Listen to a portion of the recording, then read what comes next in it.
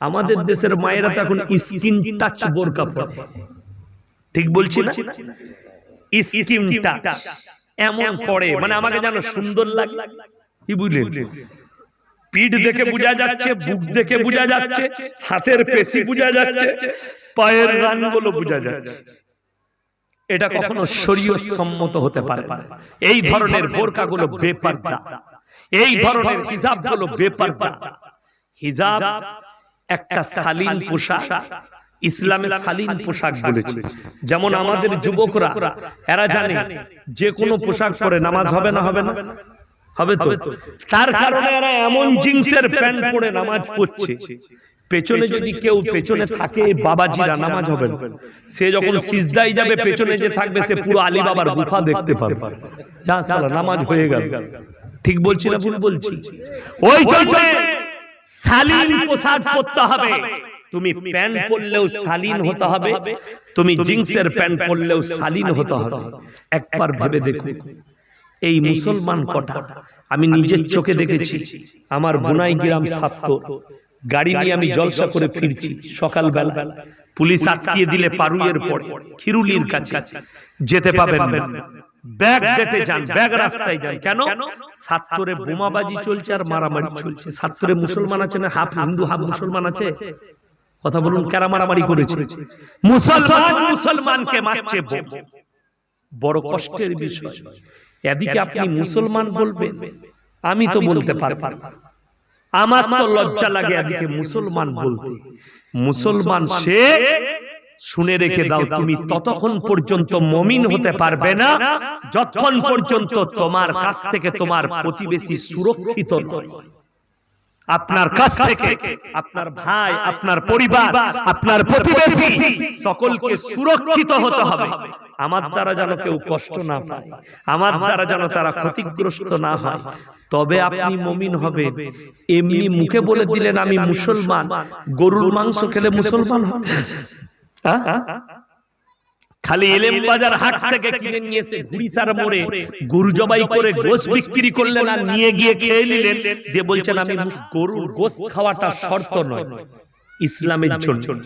ডাক্তারে যদি তোমাকে নিষেধ করে যে তোমার গরুর গোশত খেলে ক্ষতি হবে, তো তোমার জন্য না খাওয়াটাই ইসলাম বলছে উত্তম।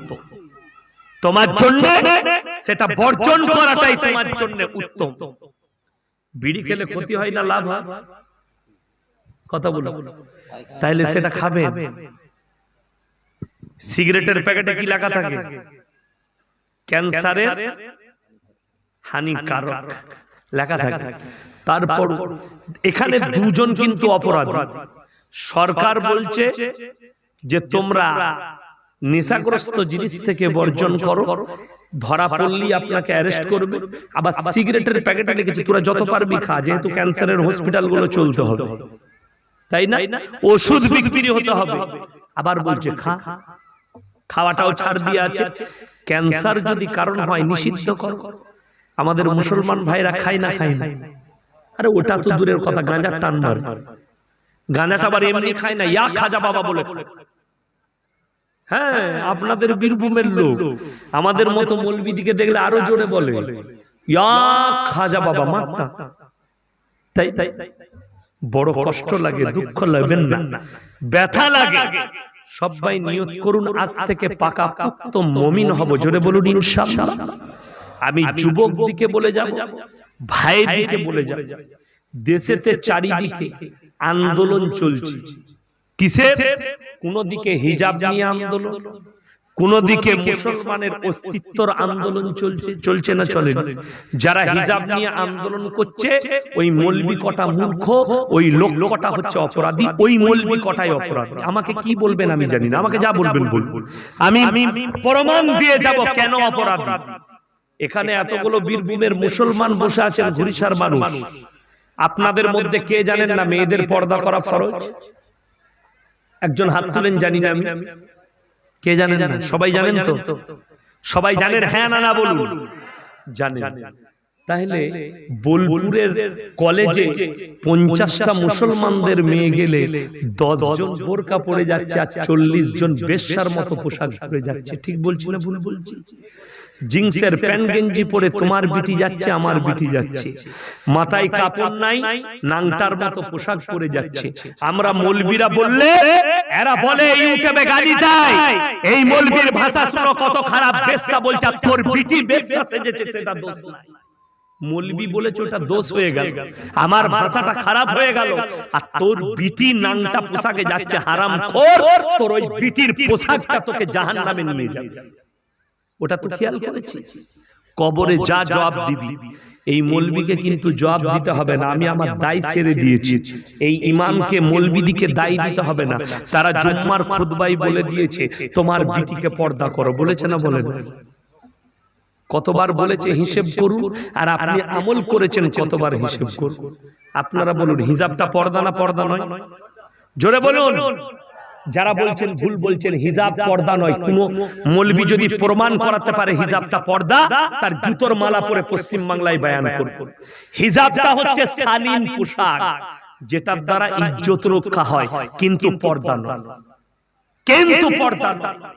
পর্দা হচ্ছে হাতের কবজি পর্যন্ত ঢাকা, মুখমণ্ডল গোটাই ঢাকা, খালি চোখ বেরিয়ে থাকবে, আর এমন বোরকা পরিধান করবে বাইরে থেকে যেন বোঝা না যায় এই বোরকার ভেতরে যে নারীটা যাচ্ছে তার শরীরের অঙ্গটা কেমন।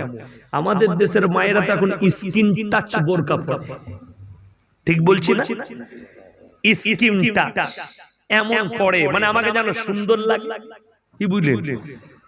পিঠ দেখে বোঝা যাচ্ছে, বুক দেখে বোঝা যাচ্ছে, হাতের পেশি বোঝা যাচ্ছে, পায়ের রানগুলো বোঝা যাচ্ছে। এটা কখনো শরীয়ত সম্মত হতে পারে না। এই ধরনের বোরকাগুলো বেপরদা, এই ধরনের হিজাবগুলো বেপরদা। হিজাব একটা শালীন পোশাক, ইসলামে শালীন পোশাক বলেছে। যেমন আমাদের যুবকরা এরা জানে যে কোনো পোশাক পরে নামাজ হবে না, হবে না? হবে তো। তার কারণে এরা এমন জিন্সের প্যান্ট পরে নামাজ পড়ছে, পেছনে যদি কেউ পেছনে থাকে বাবাজিরা নামাজ হবে না। সে যখন সিজদায় যাবে পেছনে যে থাকবে সে পুরো আলী বাবার গুফা দেখতে পারবে। যা সালা নামাজ হয়ে গেল। ঠিক বলছি না ভুল বলছি? ওই জন্য শালীন পোশাক পরতে হবে। তুমি প্যান্ট পরলেও শালীন হতে হবে, তুমি জিন্সের প্যান্ট পরলেও শালীন হতে হবে।